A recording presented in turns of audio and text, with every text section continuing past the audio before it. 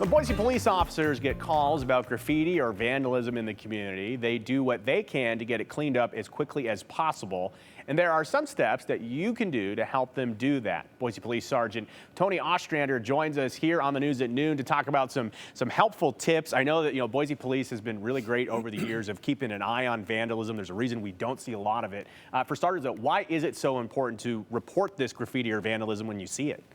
Well, from a community standpoint, obviously nobody likes to see graffiti. I mean, it's dirty. There's kind of a nasty connotation with it. If you think about some of the other cities like Seattle, Portland, LA, a lot of times that's the first thing that you see is graffiti when you come in. So from a community standpoint, we don't want people to have that impression coming into Boise. From a law enforcement standpoint, it typically is indicative of inviting criminal behavior in if you don't cover it up. So if you leave it and don't address it, it kind of promotes the fact that there's disorder and criminal behavior afoot. And, we've heard from Boise police chiefs over the years about kind of like the broken window theory, where if there's no broken windows in a community, you do something about it. It sends a powerful message. I know specifically who's responsible when graffiti needs to be cleaned up. I mean, you report it. Who's responsible for getting it taken care of?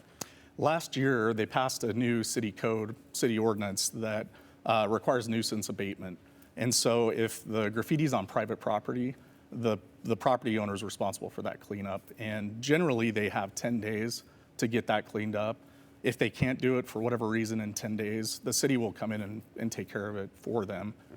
If it's on public property, it's the responsibility of the city of Boise or whoever that entity is that controls that to get it abated immediately. And we know sometimes we'll see the crews in the parks with the power washer, making sure it's really taken down before many of us even see it. I am curious, if you see graffiti out in the community, you don't want to call 911, obviously. So how do you report it? What do you do?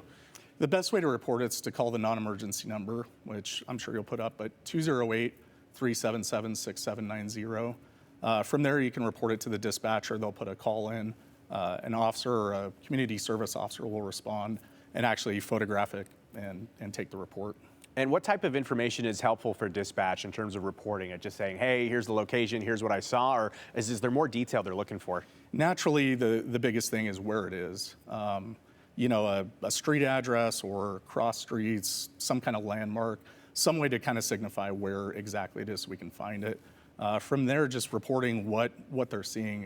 Is it spray paint? Is it pens? Or a lot of times I'll do stickers. They'll slap stickers on. So really just giving a thorough account of what they're seeing. And we would obviously want their information as a reporting party so that we can follow up with them.